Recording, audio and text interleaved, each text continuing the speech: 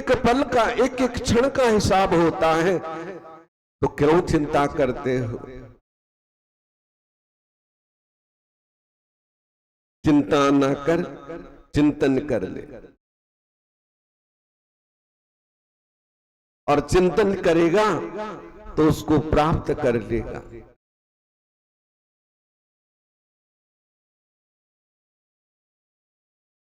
इसलिए द्वेष भावना जब तक यही नहीं हमारी मिटी, तो हम कहां उस पदवी को पहुंचे हैं? कहां हम, जब तक आत्मा में शांति नहीं हुई तो कहां हम संत बने हैं?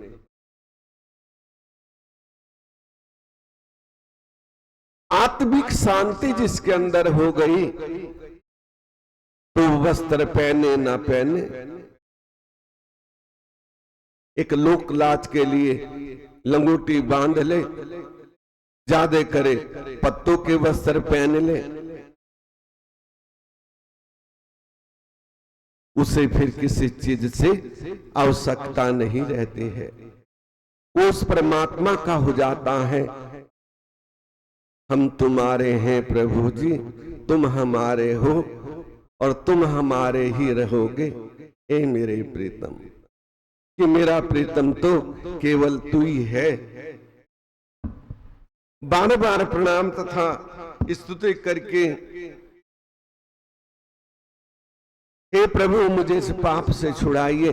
गौतम ऋषि रोने लगे, भगवान के आगे प्रार्थना करने लगे कि प्रभु मैंने सब कुछ कर लिया जो ऋषि मुनियों ने कहा था, आप मुझे इस पाप से मुक्त करिए, जैसे भी हो मुझे इस पाप से मुक्त करिए। क्योंकि भक्त होता है ना, वो भोला होता है, वो सबकी मान लेता है, ठीक है ऐसा कर लेगा। ये सुनकर शंकर भगवान बोले, गौतम जी तुम तो निर्दोष हो, तुम्हारा कोई दोष ही नहीं है। ये पाखंडी जो ऋषि मुनि है ना, इन्होंने तुम्हारे साथ छल किया है। दोष के भागी तो ये है, तुम तो मेरे भक्त हो, तुम निर्दोष हो, निश्चल हो, निर्मल हो, जिससे तुमको इतना दुख भोगना पड़ा। वे दुष्ट आत्मा हत्यारे हैं, तुम तो निर्दोष हैं। ये सुनकर गौतम बोले, स्वामीन उन्होंने तो मेरे साथ बुरा किया, जो मेरे लिए उनका बुरा भी भला हो गया। भक्त फिर भी अच्छा चाहेगा, ठीक है ना, वो कभी बुरा नहीं चाहेगा। और भगवान साक्षात दिखाता है।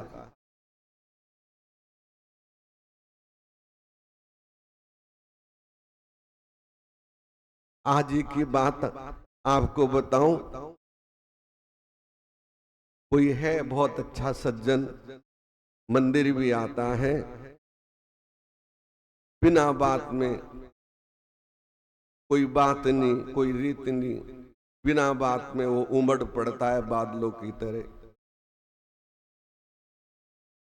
ये नहीं देखता कि मुझे इसका अपमान करना चाहिए, नहीं करना चाहिए, नाम तो नहीं लेना चाहिए, लेकिन गुप्त रूप से आपको बता रहा हूं। और प्रतिदिन यहाँ घूमने भी आता है। आज आया तो घूमते घूमते धड़ाम देनी गिर गया नीचे। मैं आरती करके जा रहा था, जबकि मुझे उन्हें इतना कुछ बोला है जो कह नहीं सकते, लेकिन फिर भी मेरा मन अंदर से, मैंने जाके उसको उठाया, उठा के पूछा चोट तो नहीं लगी? ठीक है ना, लगी है तो बताओ। तो ये होता है, जो मैं देखता ये तो बड़ा हमारे लिए बुराई सोचता है, क्यों मैं उठाऊं? तो ये भक्ति है, कह दिया सो कह दिया, ठीक है ना। जबकि कभी हमारे से बात नहीं करता, बुरी बात भलाई कह देगा, अच्छी बात कभी नहीं करता। हमारी माताएं जानती हैं,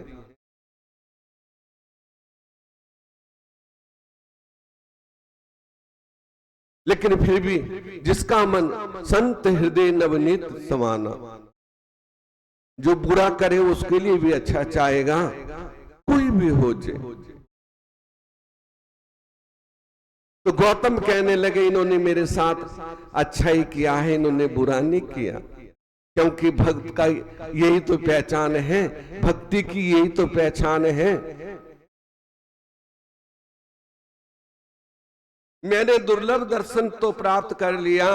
तब सदाशिव बोले गौतम जी मैं तुम पर प्रसन्न हूं, वर मांगो। तब गौतम जी ने प्रतिज्ञा का विचार करके गंगा जी के प्रकट होने का वर मन में रखकर बोले ही स्वामीन पतित पावनी गंगा जी को कृपा कर यहाँ प्रकट करें, जिसके द्वारा अन्य सभी प्राणियों का कल्याण हो।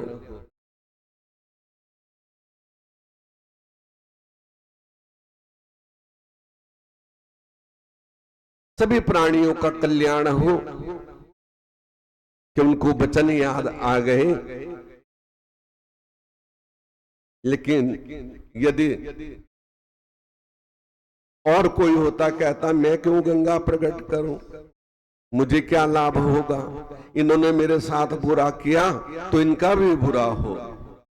नहीं,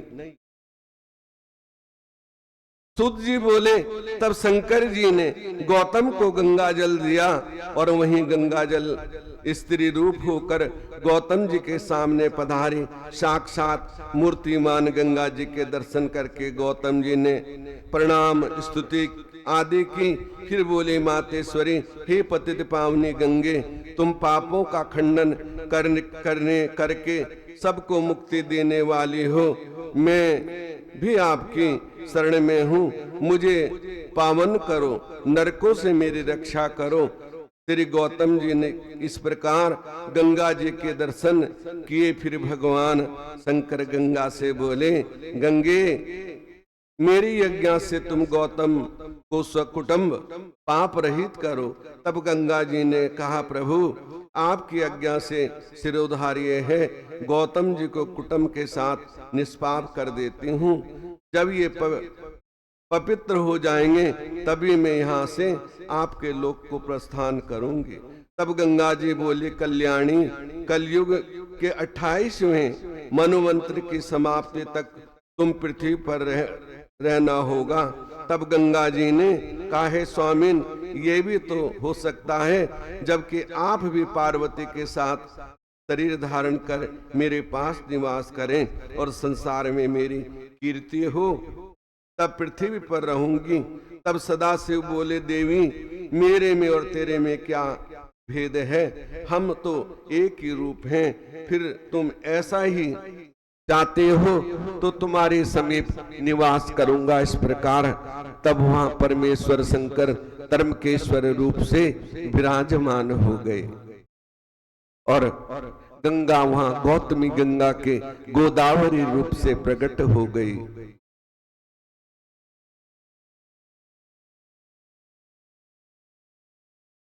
ऋषि बोले सुत जी जल रूप गंगा जी की उत्पत्ति कहाँ हुई, फिर महिमा किस प्रकार प्रसिद्ध हुई, ये भी कहिए। उन ऋषियों ने कहा कि जिन्होंने गौतम के साथ कपट किया था ना, वो भली भांति वर्णन करें। सूत जी बोले ऋषियों जब गौतम महर्षि अपनी गंगा जी को जल रूप में दर्शन देने के लिए कहा, तब ब्रह्मगिरी पर पड़े बड़े गुल्लर वृक्ष की शाखा से निकलकर जल रूप में गंगा जी बहने लग गई। इस प्रकार दर्शन करके महर्षि शिष्यों के साथ स्नान किया। सबने उसके बाद गौतम जी के साथ शत्रुता करने वालों ने भी स्नान किया आए, किंतु उस समय गंगा जी लुप्त हो गई। जो शत्रुता रखते थे ना, उन्होंने तो तब भी उनका भला चाहा, लेकिन गंगा लुप्त हो गई। उन्होंने गंगा माता से फिर गौतम जी ने प्रार्थना की,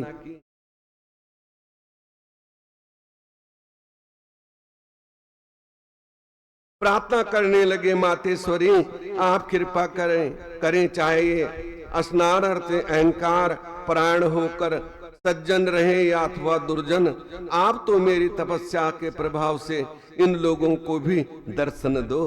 इस प्रकार गौतम जी द्वारा प्रार्थना करने पर आकाशवाणी हुई, मुनि ये लोग मेरे दर्शन के अधिकारी नहीं हैं।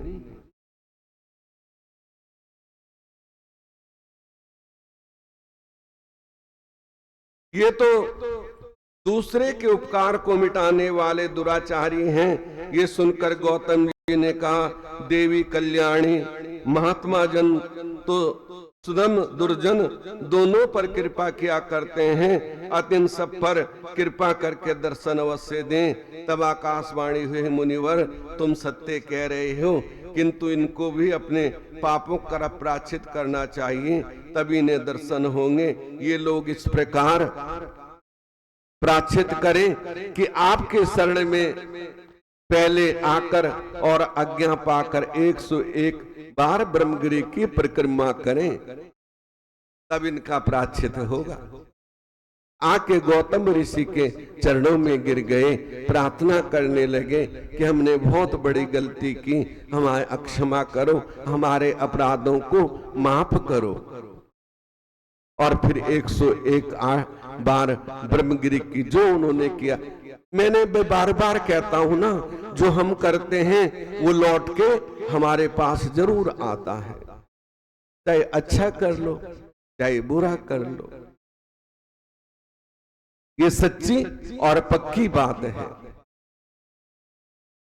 लौट के अवश्य आएगा, एक ना एक दिन अवश्य आएगा। आज नहीं कल, कल नहीं परसों, शुभ हो से अशुभ हो, दोनों तरह से।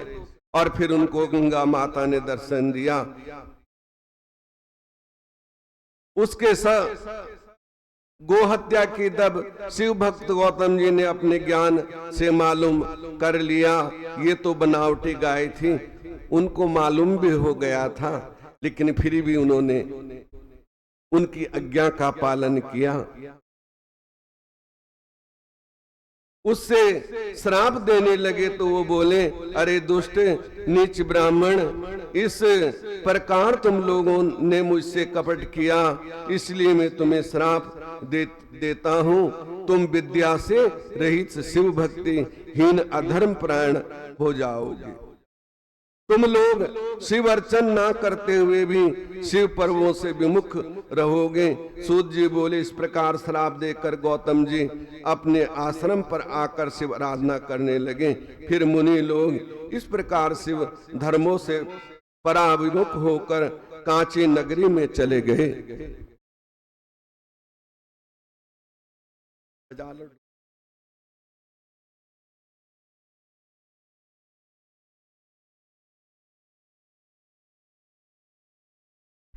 हे गंगा तू जहां से आई, पता बता दे, उसका पता बता दे। हे गंगा तू जहां से आई, उसका पता बता दे, उसका पता बता दे।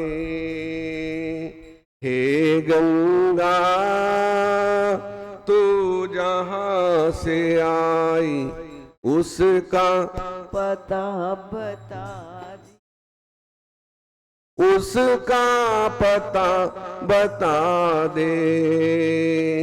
हे मैया तेरी शरण में आई, उसका पता बता दे, उसका पता बता दे।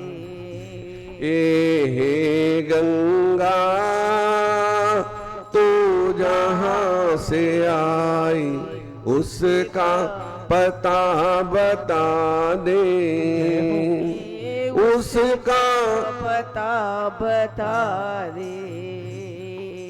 हे गंगा तू जहां से आई, उसका पता बता दे, उसका पता बता दे। हे मैया तेरी शरण में आई, उनका पता बता दे, उनका पता बता दे।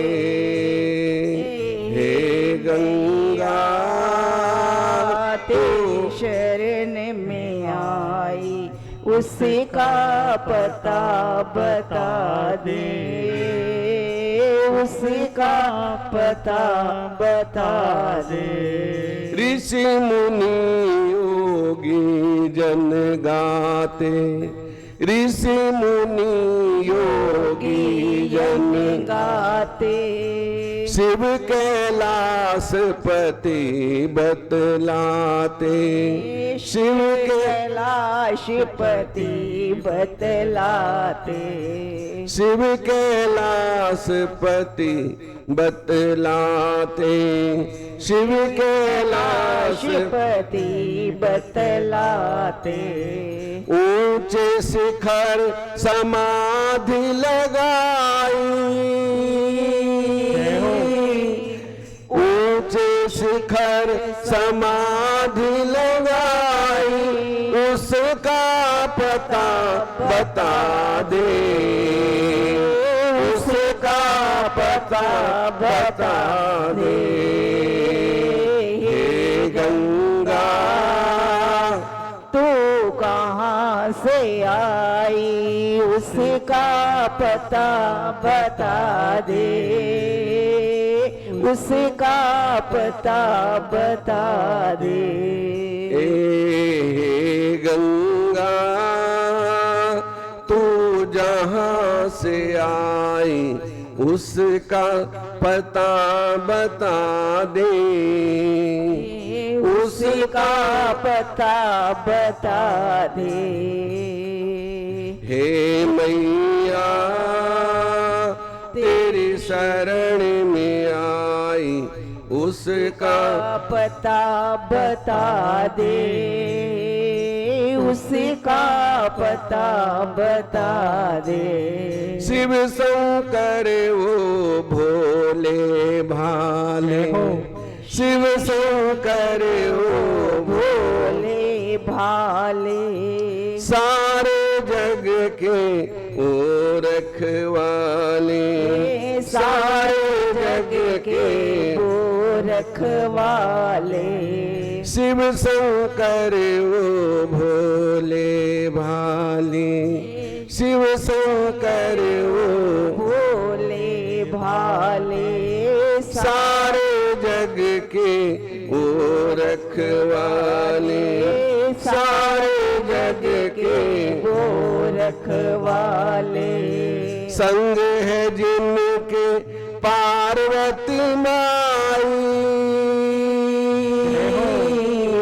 संग है जिनके पार्वती माई, उनका पता बता दे, उनका पता बता दे। गंगा तू कहाँ से आई, उनका पता बता दे, उसका पता बता दे।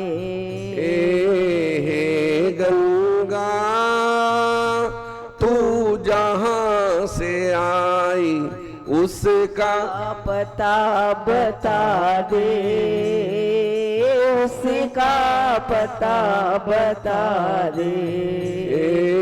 हे मैया तेरी शरण में आई, उसका पता बता दे, उसका पता बता दे। हे गंगा तू जहाँ से आई, उनका पता बता दे, उसका पता बता दे। नंदी की जो करे सवारी, नंदी की वो करे सवारी, कर कमलन त्रिशूल है धारी, कर कमलन त्रिशूल है धारी, नंदी की जो करे सवारी, कर कमलन त्रिशूल है धारी, नागों की माला लिपटाई, नागों की माला लिपटाई, उसका पता बता दे, उसका पता बता दे। हे गंगा तू जहाँ से आई, उनका पता बता दे, उनका पता बता दे। हे मैया तेरी शरण में आई, उनका पता बता दे, उनका पता बता दे। हे गंगा तू जहाँ से आई, उनका पता बता दे, उनका बता दे। हे मैया चरणामृत दे दे, हे मैया अमृत दे दे, मन ये मेरा निर्मल कर दे, हे मैया चरणामृत दे दे, मन ये मेरा निर्मल कर दे। शिव दर्शन की ज्योत जगाई, शिव दर्शन की ज्योत जगाई, उनका पता बता दे, उनका पता बता दे। हे गंगा तू जहाँ से आई, उसका पता बता दे, उसका पता बता दे।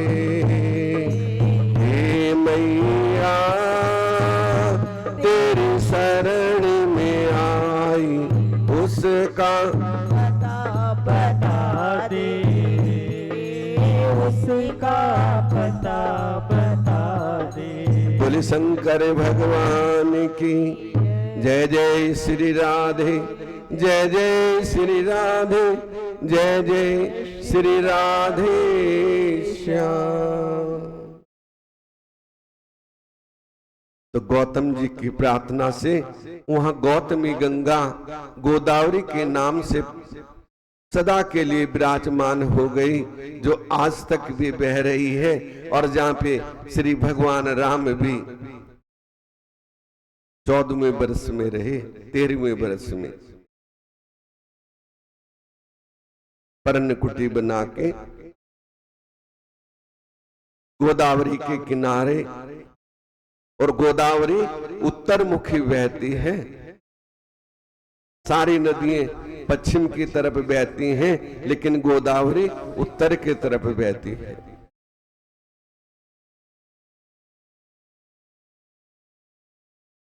और त्र्यंबकेश्वर भगवान साक्षात उनके दर्शन करता है। ये काल सर्प दोष हो कर ले तो वो भी दूर हो जाता है, कैसा ही भी संकट हो और भगवान के एक बार दर्शन कर ले तो वो सब प्रायश्चित हो जाता है। ऐसी प्रभु की शक्ति है। सूत जी बोले, ब्राह्मणों, प्राचीन काल में मान पाने की इच्छा से लंकापति रावण कैलाश पर पहुंचा, श्रद्धा के साथ भगवान को प्रणाम किया, किंतु शंकर जी प्रसन्न होते दिखाई नहीं दिए। तब उन्होंने प्रसन्न करने के लिए उनके एक गड्ढा खोदा, उसमें अग्नि को अधीन करके उसके समीप शिव स्थापन करके फिर गर्मी में पंचअग्नि ताप कर और वर्षा में पानी सहकर तथा शीत में शीत की चिंता ना करके कठिन तप करना लगा। फिर सफल ना हुआ, तब राक्षस पति अपने मस्तक काट काट कर चढ़ाने लगा।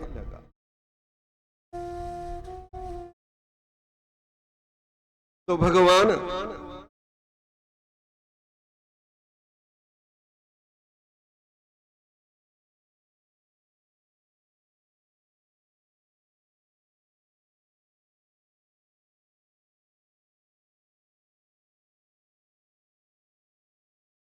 फिर सदाशिव प्रसन्न होते हुए दिखाई ना दिए।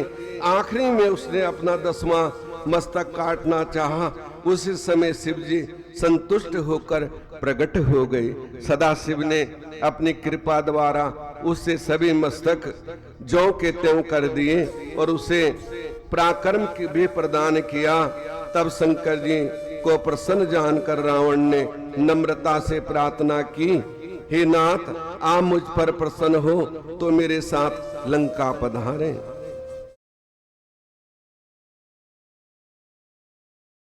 कृतार्थ करें।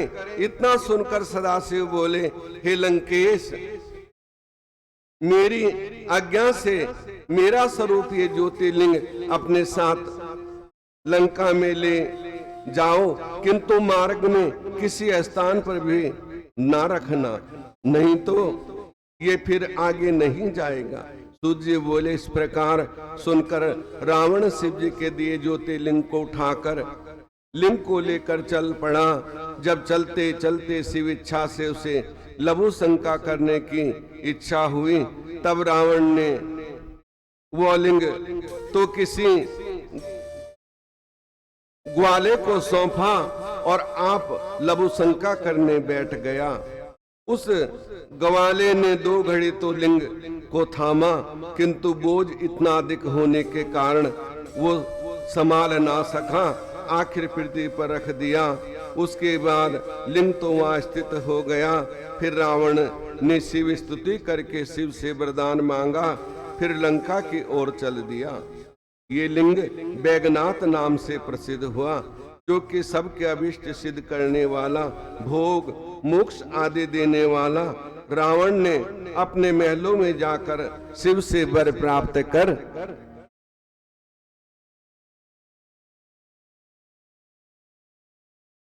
कर संपूर्ण वृत्तांत प्रसन्नता पूर्वक अपनी रानी को सुना दिया। रावण को शंकर जी ने वर मिला था। इस प्रकार प्रसिद्धि सुनकर देवता तथा मुनिजन अत्यंत व्याकुल हो गए। विचार करने लगे, ये दुष्ट तो अब स्वाभिमान में हमारा शत्रु है, फिर महादेव जी के वर से तो यह हमें और भी दुखित करेगा। इन वचनों को का उपाय तो अब उसके छुप कर करना ही केवल रह गया। तब तो वहां पर देव ऋषि नारद जी आ पहुंचे। तब उन देवताओं ने ऋषियों ने पूछा, हे देव ऋषि, अब हमें रावण से किस प्रकार बचना होगा? ये तो हमें अब वर पा लेने का अधिक दुख देगा। ये सुनकर नारद जी बोले, देवताओं ऋषियों, धैर्य धारण करो, इसका उपाय मैं अभी भगवान शंकर के पास जाकर करता हूँ। सूत जी बोले। इतना कहकर नारद जी लंका में गए। तब रावण ने नारद जी को आया देख उनका आदर सत्कार किया। आसन पर बैठाकर नारद जी बोले, हे राक्षस राज, आप शिव के पूर्ण भक्त हैं एवं मंगल रूप हैं। अब आप ये कहिए कि आपको इस प्रकार की सिद्धि कैसे प्राप्त हुई, इसका इतिहास मैं सुनना चाहता हूँ। रावण ने नारद जी के वचन सुनकर सिद्धि पाने का सभी वृत्तांत सुना दिया। जैसे अपने सिर चढ़ाए थे, शीत में शीत और गर्मी में पंचअग्नि तपी थी, वो सभी कुछ नारद जी को सुना दिया। और वर तो बेकार है, क्योंकि शिव का कथन तो सत्य हुआ ही कभी दिखाई नहीं देता। इसलिए सबसे पहले तुम शिव को हानि पहुंचाओ। नारद जी तो यही काम करते थे ना, और देवताओं की प्रेरणा थी कि यदि भगवान शिव अप्रसन्न हो जाएंगे तो इसके वर कुछ तो कम हो जाएंगे। उन्होंने कहा कि भगवान शिव कभी सच बोलते हैं क्या? उन्होंने तुम्हें वर दिया तो पहले उन्हीं के ऊपर अजमा लो। रावण ने कहा सही बात है, हानि पहुंचाने प्रयत्न करो, फिर तो तीनों लोगों पर विजय पा सकोगे। सूत जी बोले। इस प्रकार नारद जी के वचन सुनकर रावण ने अपना हित मान लिया और उसी समय कैलाश पर जा पहुंचा। दोनों हाथों से कैलाश को हिलाकर उठा लिया। शंकर जी कैलाश हिला देकर विस्मय कर बोले, आज ये कैलाश में इतना हिल क्यों रहा है? कहीं भूकंप तो नहीं आ गया? पार्वती माता कहने लगी कि प्रभु, आपका जो सच्चा सेवक है ना, वो आपकी सेवा कर रहा है।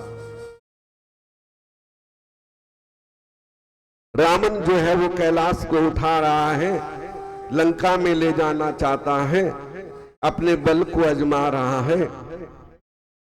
पार्वती के ऐसा सुनकर भगवान शंकर रावण से बोले, अरे मंदमती नीच रावण, इतना अभिमान करना अच्छा नहीं। याद रख, मेरा अपराध करने वाले तेरी इन भुजाओं को काटने वाला कोई बलवान पुरुष जन्म लेने वाला है। सूत जी बोले। इस प्रकार भगवान शंकर के श्राप देने पर रावण प्रसन्न होता हुआ अपनी लंका में जा पहुंचा। तब उसने दृढ़ प्रतिज्ञा कर ली, त्रिलोकी को वश में करके छोड़ूंगा। तब अपने पराक्रम से देव, दानव, गंधर्व, यक्ष, राक्षस, मानव आदि सभी को अपने वश में कर लिया, और जो नहीं मानता था उसको काट कूट के खा लेता था। जो असुर था ना, था तो ब्राह्मण, चारों वेदों का ज्ञाता था। तो असुर कौन होता है? जो तामसिक वृत्ति का हो। वो हमारे और आपके बीच में भी हैं, ऐसे ब्राह्मण भी हैं, ठीक है ना?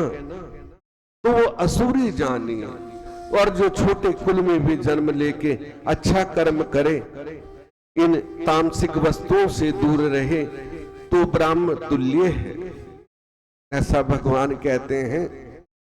और जो ब्राह्मण होके भी नीच कर्म करे, तो ब्राह्मण तो है, जाति से तो ब्राह्मण है, लेकिन ब्रह्म को प्राप्त नहीं कर सकता, रावण की तरह।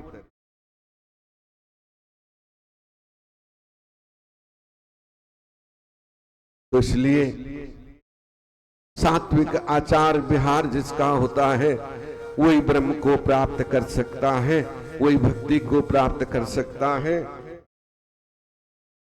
तो इस तरह से अनेक कथाएं हैं, और अब तो कथा थोड़ी रह गई है।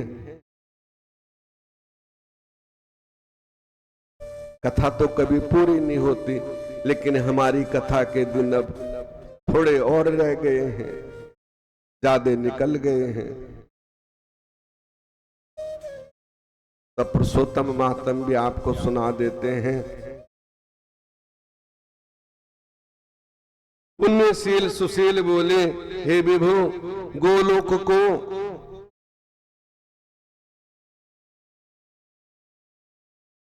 चलिए अपने विशेष स्थान श्री पुरुषोत्तम के शरण में की प्राप्ति की देर ना करें। कभी बोला, मुझे अपने अनेक कर्मों को कभी भोगना शेष है, किस कार्य से छुटकारा पाकर गोलोक प्राप्त हो रहा है। हे हरि के प्यारो, ये है दिव्य सुंदर शरीर मुझे किस पुण्य के कारण से मिला है, मुझसे कहिए। नारायण बोले। इस प्रकार पूछने पर हरिदूत बोले कि हे प्रभु, क्या तुमको ये नहीं मालूम कि पुरुषोत्तम मास में धर्म साधन पुरुषोत्तम है।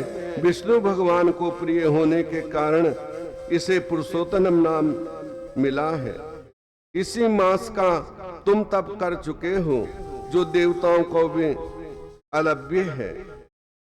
मुख से रोग होने के कारण फल आदि ना खाकर तुम फेंक देते थे, अश्वे निराहार रहते थे, उन गिरे फलों को अन्य प्राणी खाकर तृप्त होते थे। दुख के कारण तुम जल भी नहीं पी पाते थे। ये सब पुरुषोत्तम मास में अनजाने में ही तपे हुए व्रत हो गए। तुमने इस वन में विचरण करते धूप, जाड़ा, बरसात आदि सब कुछ सहा है तथा अंत में परम पवित्र हो गए हो। क्योंकि मुख में रोग हो गया था तो फल खाने की चेष्टा करते थे, लेकिन फल खा नहीं सकते थे। जल पीने की चेष्टा करते थे तो जल पी नहीं सकते थे, तो इसलिए निराहार उनका व्रत हो गया। चाहे दुख में ही सही, लेकिन व्रत तो हुआ ना। स्नान भी हो गया, ये तुम्हारे तप का ही तो फल है। पुरुषोत्तम मास का जो स्नान आदि श्रद्धा पूर्वक करते हैं तो उसके फल की कौन प्रशंसा कर सकते हैं। तुम अपने स्वार्थ की सिद्धि जिस प्रकार की है वैसे कौन कर सकता है। पुरुषोत्तम भगवान के प्रसन्न करने का इसके समान और कोई साधन नहीं है। श्री नारायण बोले, उन दूतों से अपने पुण्यों की प्रशंसा सुनकर वो प्रसन्न हुआ।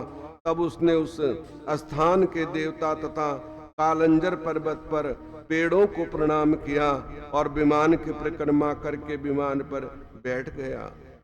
देवता फूलों की वर्षा कर किन्नर गंधर्व स्तुति आदि बाजा बजा रहे थे। विमान में बैठकर वो गोलोक में चला गया, जिसमें जाकर फिर लौटना नहीं होता। दो भुजा वाले श्री कृष्ण के दर्शन कर आनंद से गो सेवित उस लोक में रहने लगा। श्री नारायण जी बोले, देवता इस मास के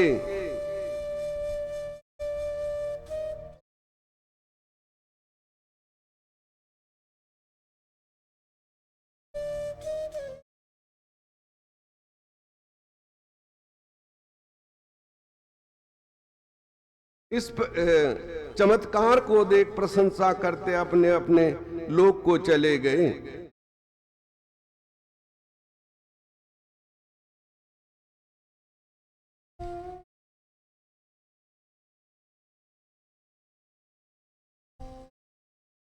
नारायण जी बोले, इस प्रकार चिंता करते हुए राजा के पास दिव्य रामचरित्र काव्य के रचयिता श्री वाल्मीकि ऋषि पधारे। राजा ऋषि को आया देख खड़ा हो गया और उनके सामने जाकर उनको चरण वंदना की।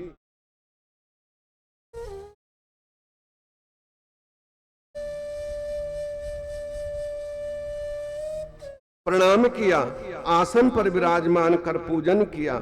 बाद में उनके चरणों को गोद में लेकर धीरे धीरे सहलाने लगा। चरणों को छोड़कर उस जल को प्रसन्नता पूर्वक अपने माथे पर छिड़क उसे तोते के कहे हुए वचन याद कर मधुर वचनों से बोलने लगा। दृढ़वंता बोला, हे भगवान, आज मैं कृतज्ञ हो गया हूँ। भगवान में जो आपके दर्शन हुए, हे संसार को पवित्र करने वाले, मैं अपने भाग्य की कैसे प्रशंसा करूं।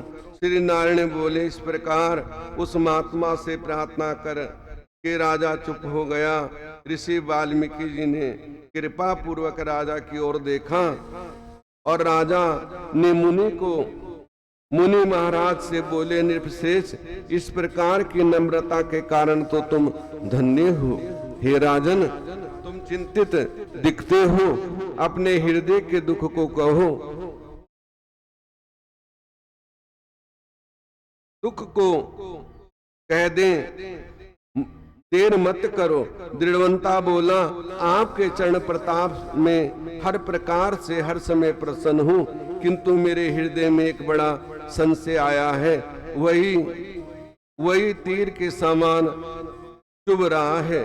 कृपया मुझे मेरा दुख दूर कीजिए। वन में किसी तोते के मुख से वचन सुनकर मैं संशय में पैदा हुआ है, जिसे मैं सुनाता हूँ। एक बार शिकार खेलने घोर वन में गया। घूमते घूमते मैंने एक तालाब देखा। वहां जाकर थके मांदे मैंने जल पिया।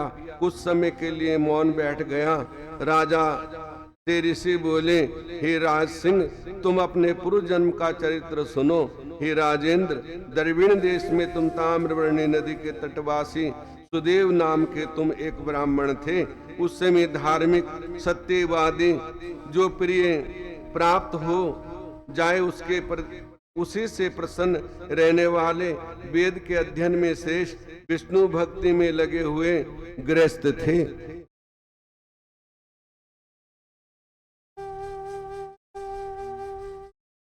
धर्म में तुम्हारी पत्नी भी सुंदर, चतुर, गुणवती थी, तुमको मिली थी। वो गौतम महात्मा की पुत्री और गौतमी नाम था। प्रसिद्ध ही उसका जन्म में इस प्रकार गृहस्थ का पालन करते हुए बस समय व्यतीत हो गया, किंतु तुम्हें संतान प्राप्त नहीं हुई।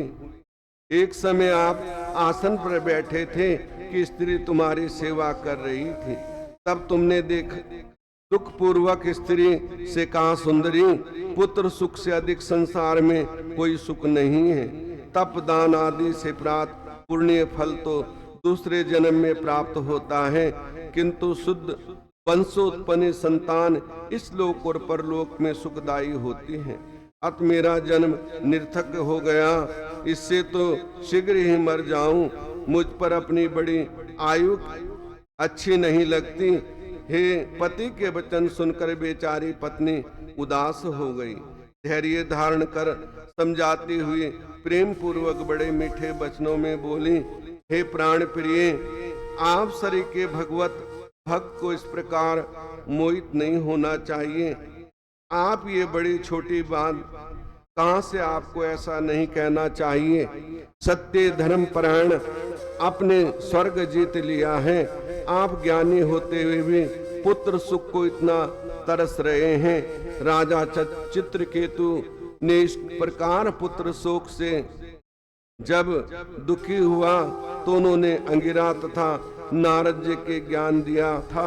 इसी भांति राजा अंग ने अपने कुपुत्र बैन के कारण दुखी होकर चुपचाप रात्रि में वन में निकल गए थे। इसी प्रकार स्वामी आपकी संतान भी आपको दुखदायी होगी। अपनी धर्म पत्नी के ये वचन सुन कर वो ताम्रवर्णी नदी के किनारे पहुंचा और वहां जाकर नदी में स्नान कर तपस्या प्रारंभ कर दी और 5वें दिन केवल सूखे पत्ते में जल लेने लगा। इस नियम से उसे तप करते 4000 वर्ष बीत गए। उसके उग्र तप से ब्रह्मा तीनों लोकों कांपने लगे, तीनों लोक कांपने लगे। उग्र तप को देखकर भक्त वत्सल भगवान गरुड़ पर चढ़कर शीघ्र उसके पास आए। नारायण बोले, नारद जी, तब सुदेव ब्राह्मण गदगद वाणी द्वारा भक्त वत्सल भगवान कृष्ण से प्रार्थना करने लगा, देवताओं के देव त्रिलोकी को अभय देने वाले आपको मेरा प्रणाम है।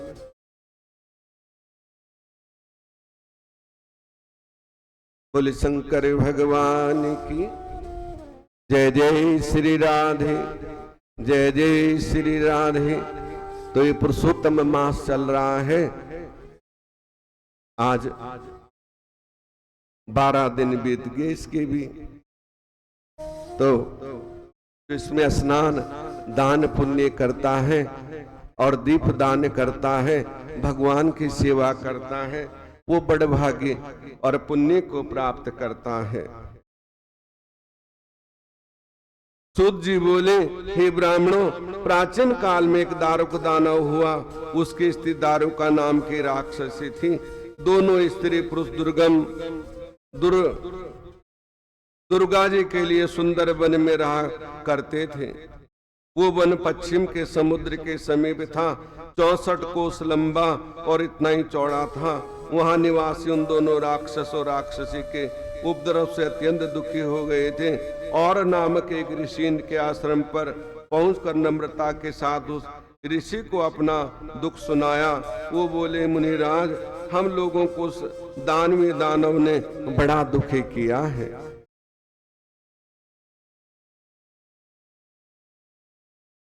अत्यंत पीड़ित कर दिया है। हम लोग आपके शरण में हैं, हमारी रक्षा करो। तब और बोले, डरो मत। जब भी वो राक्षस जीवों की हिंसा एवं ज्ञान विनाश करने लगेंगे तभी उनकी मृत्यु हो जाएगी। ब्राह्मण के इस प्रकार ऋषि ने धैर्य देकर और ऋषि ने जगत के कल्याण के लिए तपस्या करना प्रारंभ किया। उसके बाद देवताओं को आज्ञा दी कि और ऋषि ने इस प्रकार राक्षसों को श्राप दिया। तब वे युद्ध करने के लिए अपने अस्त्र शस्त्र संभाल कर युद्ध भूमि में आ गए। तब युद्ध के लिए देवताओं को आया हुआ जानकर राक्षस अपने कर्तव्य के लिए विचार करने लगे। तब राक्षसों को दुखी देखकर दारुका को अपना वर याद आ गया।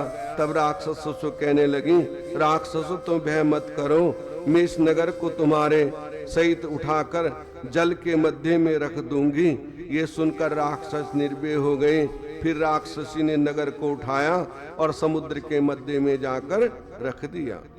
जाकर राक्षस लोग सुखपूर्वक रहने लग गए। एक दिन दारुका भूमि पर आई। उसने देखा कि एक डोगी असंख्य मनुष्यों से भरी हुई समुद्र में तैरती हुई आ रही है। तब उसने राक्षसों को सूचना दी। तब राक्षस गण वहां पहुंच गए। डोगी पर चढ़कर सभी मनुष्यों को उठाकर अपने नगर में ले गए। उन्होंने वेड़ियां डालकर कैद कर लिया। उन मनुष्यों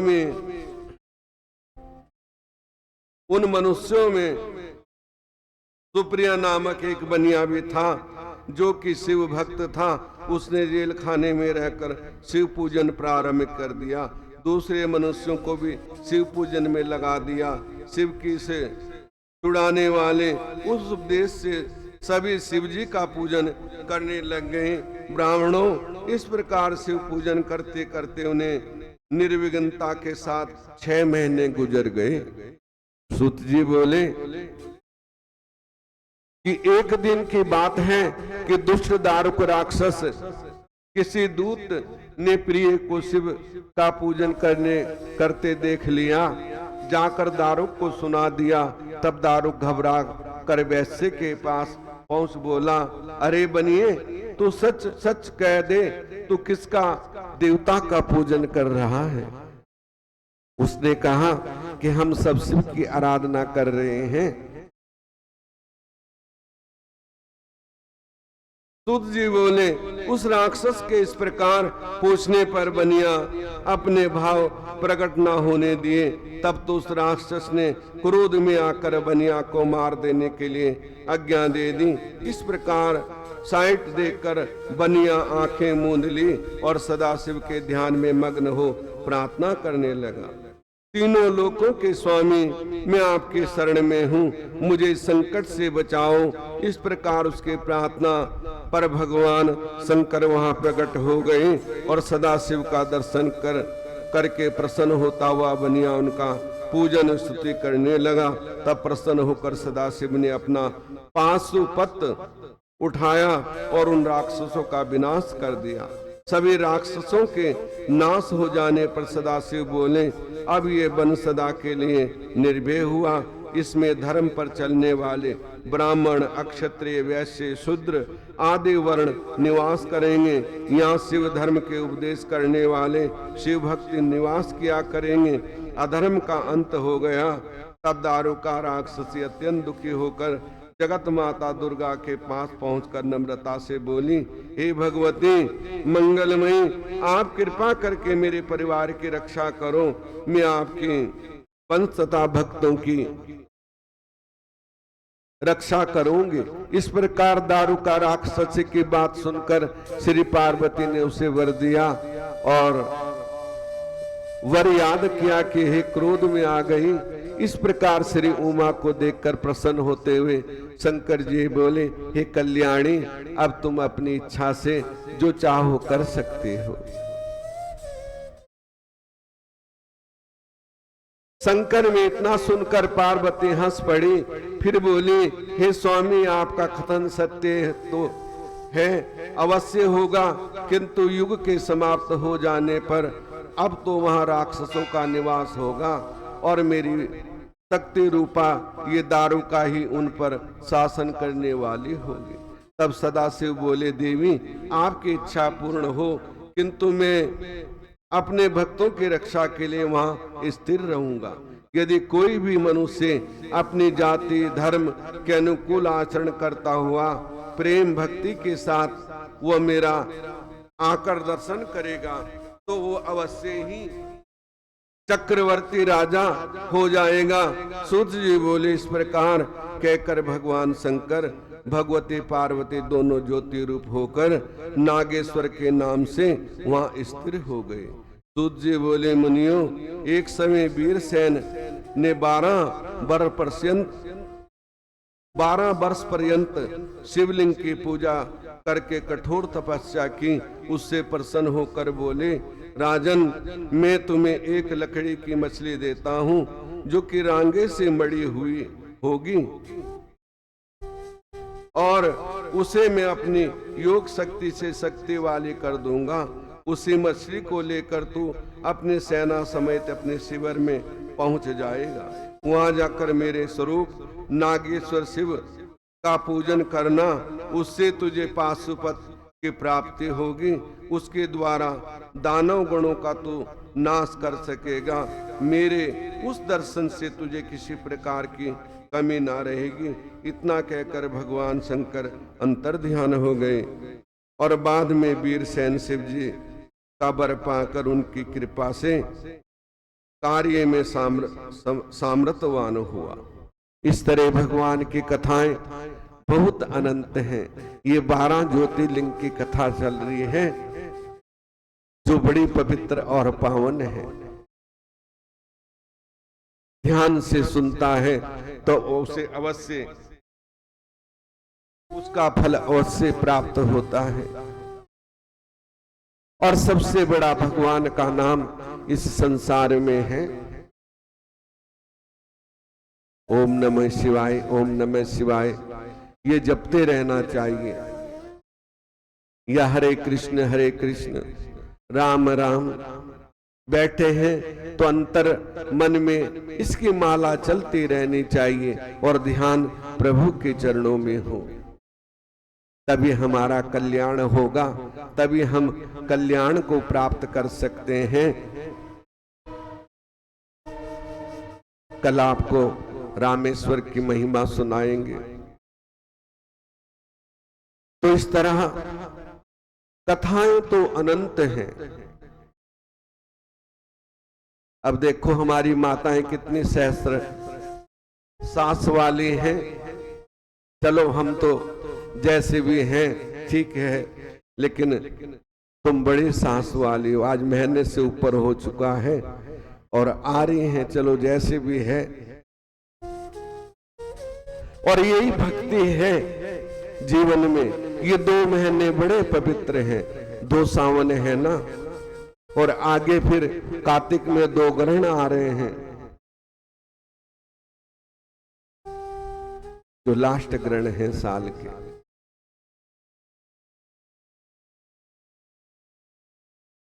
एक दिवाली के समय और एक शरद पूर्णिमा को। कार्तिक शुरू भी ग्रहण से होगा और दिवाली को फिर सूर्य ग्रहण है, तो वो भी बड़े पुण्य कारक हैं। उसमें स्नान दान पूजा पाठ का बड़ा पुण्य है।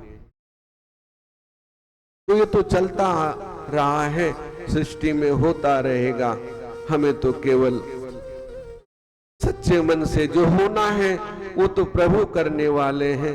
अब जैसे संसार में हो रहा है, अकस्मात कितनी बरसात हो रही है, घर के घर बह गए, बसें बह गई, गाड़ियां बह गई। तो ये सब क्या हो रहा है? ये सब परले का ही समय है। तो रे मन, तू भजन क्यों नहीं करता? रे मन भजन कर गोविंद का। और ये तो आप और आपके साथ मेरा भी सौभाग्य है। सबसे बड़ा तो मेरा सौभाग्य है कि मैं आपको जैसे भी है, भगवान का नाम तो नाम ही है ना। कोई मैं तो बार बार कहता हूं, मैं कोई इतना बड़ा विद्वान नहीं हूं, लेकिन आप लोगों की कृपा से और ठाकुर जी की कृपा से जैसा आता है सुना देता हूं, उल्टा सीधा। प्रभु का नाम तो नाम है, जैसे भी कोई ले, ठीक है ना।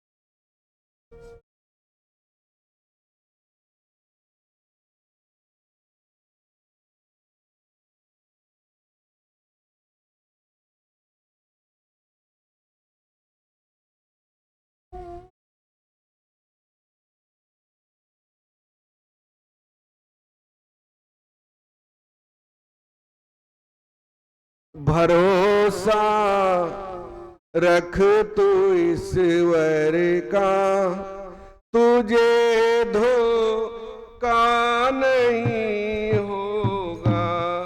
भरोसा रख तू ईश्वर का, तुझे धोखा नहीं होगा। भरोसा रख तू ईश्वर का, तुझे धोखा नहीं होगा। भरोसा रख तू ईश्वर का, तुझे धोखा नहीं होगा। ये जीवन बीत जाएगा, ये जीवन बीत जाएगा। तुझे रोना नहीं होगा, ये जीवन बीत जाएगा।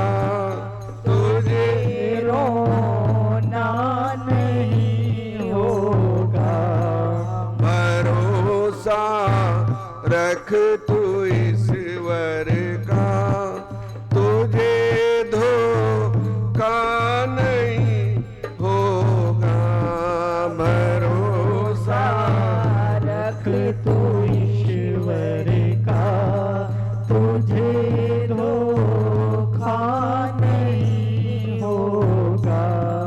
कभी सुख है कभी दुख है, कभी सुख है कभी दुख है। कभी सुख है कभी दुख है। ये जीवन धूप छाया है, कभी दुख है कभी सुख है। ये जीवन धूप छाया है। हंसी में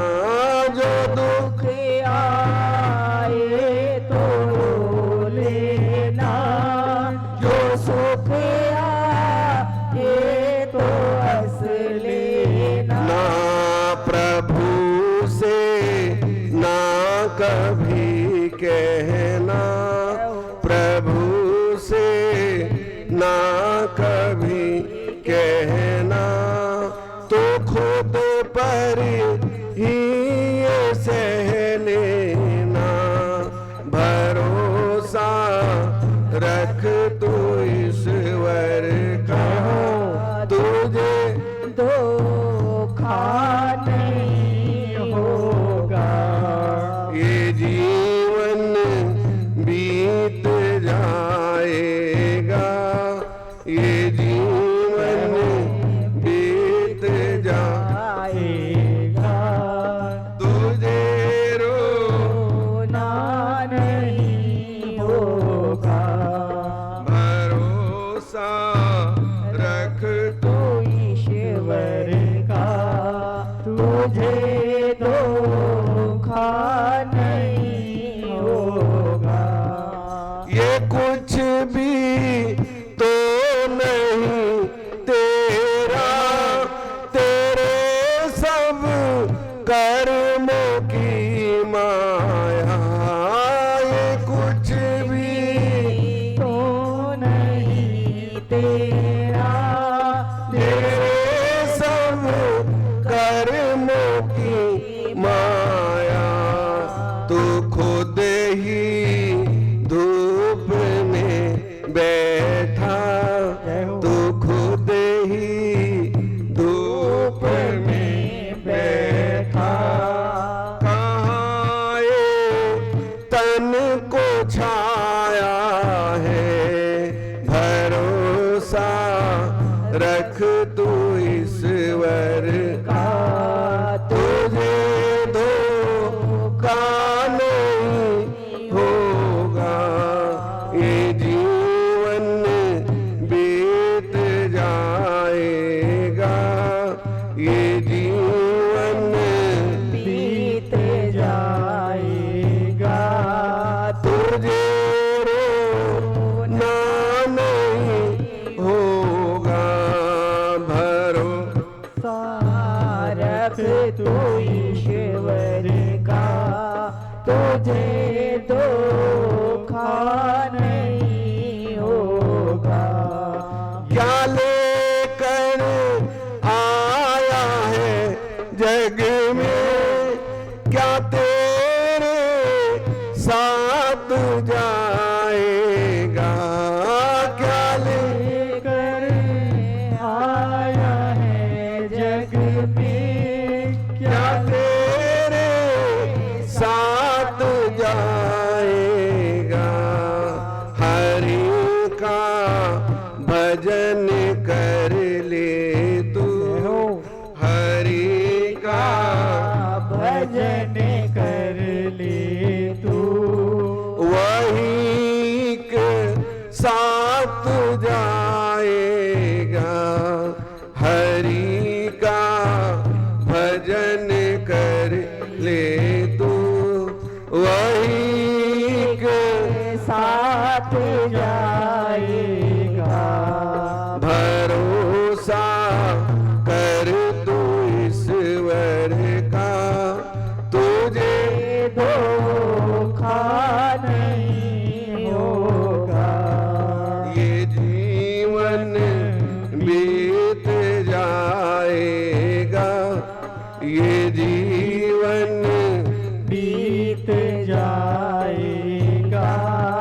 तुझे रोना नहीं होगा। बोले शंकर भगवान हर हर महादेव शंभो, काशी विश्वनाथ गंगे हर हर महादेव शंभो, काशी विश्वनाथ गंगे, काशी विश्वनाथ गंगे, काशी अमरनाथ गंगे, काशी विश्वनाथ गंगे, काशी अमरनाथ गंगे। हर हर महादेव शंभो, काशी विश्वनाथ गंगे हर हर महादेव शंभु, काशी विश्वनाथ गंगे। बोले शंकर भगवान की।